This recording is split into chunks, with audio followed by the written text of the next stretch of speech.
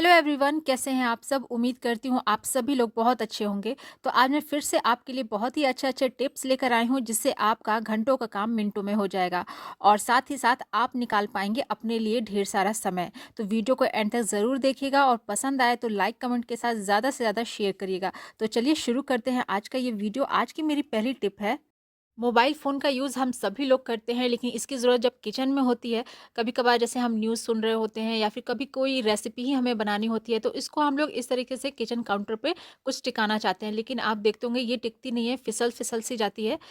तो कई लोग के पास तो मोबाइल होल्डर होता है, तो वो लाके उसमें लगा लेते हैं, लेकिन ज़रूरी नहीं है कि सबके पास मोबाइल होल्डर हो ही। तो छोटे-छोटे जुगाड़ करके हम अपनी प्रॉब्लम को सॉल्व कर सकते हैं। तो ये वाली जो प्रॉब्लम है, इसको सॉल्व करने के लिए आप यहाँ पर यूज़ कर सकते हैं ये वाला जो रबर बैंड होता है ना इसका। तो इसको रखने के बाद आप इसके ऊपर मोबाइल फ़ोन को रखिए, बिल्कुल भी नहीं स्लिप करती है। आप चाहे इसको लिटा के रखिए या फिर खड़ा करके रखिए। बहुत ही अच्छी इसकी जो रबर बैंड होती है ना, ग्रिप बहुत अच्छी होती है, जो बिल्कुल भी फिसलती नहीं है। तो मैं तो अक्सर इसको यूज़ करती हूँ जब भी मुझे किचन में अपने मोबाइल फ़ोन चलाने की ज़रूरत पड़ती है, तो बस इस तरीके से एक रबर बैंड रख कर और उसको रख देती हूँ।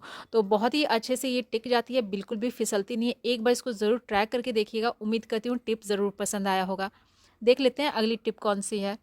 घर को साफ सुथरा रखने के लिए हम तो डेली पोछा लगाते हैं और उसको खुशबूदार बनाने के लिए अलग अलग तरह के प्रोडक्ट उसमें डालते हैं। पर एक बहुत ही अच्छा घरेलू तरीका है, आप अपने घर में एक बहुत ही अच्छी सी खुशबू फैला सकते हैं।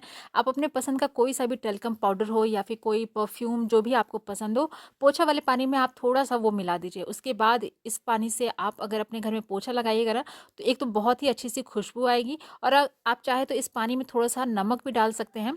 तो नमक डालने से क्या होता है कि जितनी भी घर की नेगेटिविटी है वो भी घर से बाहर जाती है और साथ में हमारा घर साफ सुथरा और खुशबूदार तो बनता ही है। तो इस तरीके से हम बिना किसी ज़्यादा पैसा को खर्च किए हुए आसानी से हम घर को खुशबूदार भी और साफ सुथरा बना सकते हैं। तो एक बार ज़रूर इसको ट्राई करके देखिएगा। तो चलिए देख लेते हैं फटाफट से अपनी अगली ट्रिक को। सरसों तेल का यूज़ तो हर किचन में होता है। अलग-अलग तरह के ब्रांड के हम लोग सरसों के तेल खरीद कर लेकर आते हैं, लेकिन कभी-कभार ये मिलावटी भी होता है।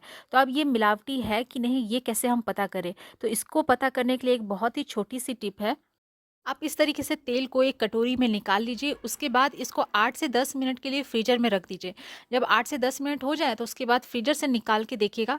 अगर उसके ऊपर व्हाइट सी मोटी-सी एक लेयर जमती है, तो इसका मतलब वो मिलावटी है, मतलब तेल गाढ़ा-सा हो जाएगा।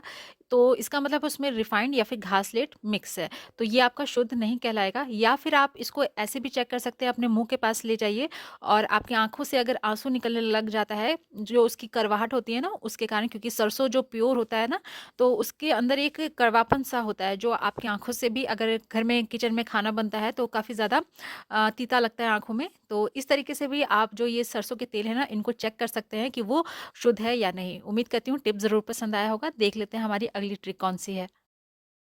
आटा को हम सब लोग इस तरीके से गूँथते हैं, लेकिन कभी-कभार होता है बहुत लोग से आटे की जो रोटियाँ होती हैं ना, वो सॉफ्ट और मुलायम नहीं बनती हैं।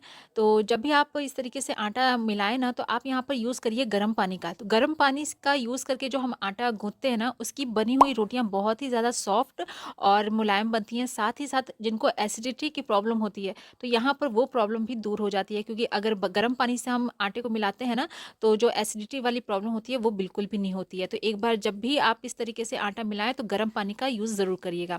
और साथ ही साथ जब इस तरीके से हम आटा मिलाते हैं ना, तो आप जैसे ही अगर हम इसको मिलाने के बाद और रोटियाँ बनाने लग जाते हैं, तो आप देखते होंगे जो रोटियाँ हैं ना, वो फटी-फटी सी बनती हैं। तो जब भी आप रोटियाँ बनाएँ ना, तो उसके बाद आप 10 मिनट के लिए आटे को ऐसे ही छोड़ दें, तो आप देखिएगा जो आटा है ना, वो बहुत ही अच्छे से मिल जाता है। उसके बाद जो उसकी हम रोटियाँ बनाते हैं ना, तो उसके जो कॉर्नर्स होते हैं रोटियों के, तो वो बिल्कुल भी फटते नहीं हैं, बहुत ही एक जैसे बनते हैं। तो यहाँ पर आप 10 मिनट के बाद रोटियाँ बना के देखिएगा ना, तो बहुत ही अच्छे से गोल सी रोटी आपकी बन के तैयार होगी। तो यहाँ पे मैंने रोटियाँ को आपको सेक के दिखाती हूँ, जो गर्म पानी से मैंने गूँथा है, उसके बाद ये रोटियाँ इतनी अच्छी सॉफ्ट भी बनेंगी और साथ ही साथ एकदम फूली-फूली भी बनेंगी। तो यहाँ पर रोटियों को आप फुला के दिखाती हूँ, कितनी अच्छी यहाँ पर एकदम गुब्बारे जैसी ये रोटियाँ फूल रही हैं। तो इसी तरीके से एक और रोटी को हम सेक लेंगे और ये रोटियाँ है ना, बहुत ही ज़्यादा सॉफ्ट और नरम बनती हैं, जो कि एकदम खाने में बहुत ही अच्छी लगेंगी। तो अब से जब भी आप आटा मिलाएँ, तो इस तरीके से गर्म पानी का यूज़ करके ही आटे को गूँथिएगा, तो आपकी रोटियाँ जो हैं बहुत ही सॉफ्ट बनेंगी। रोटी को बनाने के बाद अक्सर हमारा तवा है ना वो काफ़ी ज़्यादा गर्म रहता है, तो उसका भी हम लोग यहाँ पर यूज़ कर सकते हैं। और रोटी बनाने के बाद जो चकला बेलन होता है उसको तो हम लोग हमेशा धोते हैं, और उसको ऐसे ही अगर हम रख देते हैं तो आप देखते होंगे उसमें फफूंद सा लग जाता है, कभी-कभी स्मेल भी आने लग जाती है, जल्दी वो सूखता नहीं है। तो जब भी इस तरीके से चकला बेलन धोएँ और तवा आपका जब गर्म रहे तो आप उसके ऊपर इस तरीके से चकला बेलन को रख दीजिए, तो बहुत ही जल्दी ये सूख भी जाता है, ड्राई हो जाता है। और उसके बाद इसमें आप थोड़ा-सा ऑयल लगाकर चकला बेलन पे रख दीजिएगा ना, तो बिल्कुल भी ये स्मेल नहीं करेगा और इसमें फफूंद नहीं लगेगा। तो इस तरीके से आपके जो चकला बेलन है ना, काफ़ी दिनों तक अच्छे भी रहेंगे और चिकने भी रहेंगे। तो एक बार इसको ज़रूर ट्राई करके देखिएगा। और साथ ही साथ जो हमारा तवा होता है ना, उसका हम एक और तरीके से भी यूज़ कर सकते हैं। ऐसी जो हमारे मिक्सी के जो जार होते हैं ना, अक्सर आप देखते होंगे ये जाम हो जाते हैं, क्योंकि अगर जब हम इसको वॉश करते हैं और इसको ऐसे ही रख देते हैं तो ये अच्छे से ये ड्राई नहीं हो पाता रहता है। तो इसके जो मिक्सी के जो ब्लेड्स होते हैं ना वो ख़राब अक्सर हो जाते हैं, तो इसको हम लोग ठीक करवाने के लिए फिर मार्केट में ले जाते हैं। कभी-कभी तो इस ब्लेड सब में ना जंग सा भी लग जाता है, जिसके बाद ये वर्क नहीं करते रहते हैं। तो आप जब भी इस तरीके से रोटी बनाएँ ना और तवा जो गरम रहता है, तो उसके बाद ये वाला आप तवा को यूज़ कर सकते हैं। इससे हमारी काफ़ी ज़्यादा गैस की बचत भी होगी, साथ ही साथ जो हमारा मिक्सी का जो ब्लेड ख़राब हो जाता है ना, वो भी आपको दिक्कत यहाँ पर नहीं होगी। तो इस तवा पर आप क्या करिए, मिक्सी जार को इस तरीके से उल्टा करके रख दीजिए और नीचे से एक रख दीजिए स्पून, जिससे जितनी भी एयर होगी ना, वो इस तरफ से निकल के बाहर आ जाएगी।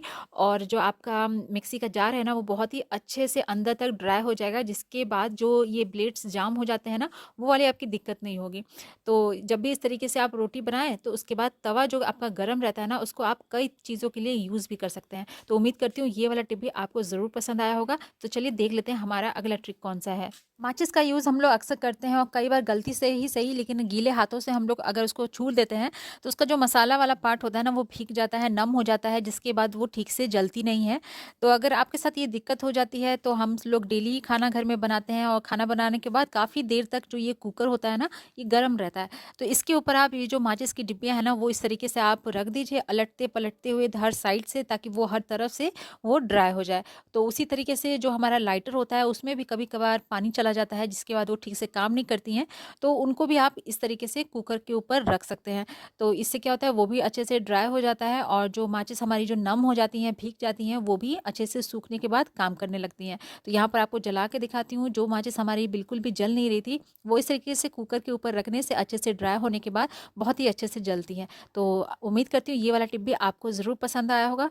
तो ये थे आज के कुछ यूज़फुल टिप्स और ट्रिक्स, जिनको यूज़ करके हम अपने मुश्किल कामों को आसान बना सकते हैं। उम्मीद करती हूँ आज का वीडियो आपको ज़रूर हेल्पफुल लगा होगा। अगर वीडियो ज़रा सा भी पसंद आया है तो प्लीज़ वीडियो को एक लाइक करिएगा, चैनल पे पहली बार आए हैं तो सब्सक्राइब करिएगा और ज़्यादा से ज़्यादा शेयर करिएगा अपने फैमिली और फ्रेंड्स में, ताकि वो भी इन सारे ट्रिक्स को यूज़ कर पाएँ। कल फिर मिलती हूँ एक नए वीडियो के साथ, कुछ नए टिप्स और ट्रिक के साथ। तब तक के लिए गुड बाय।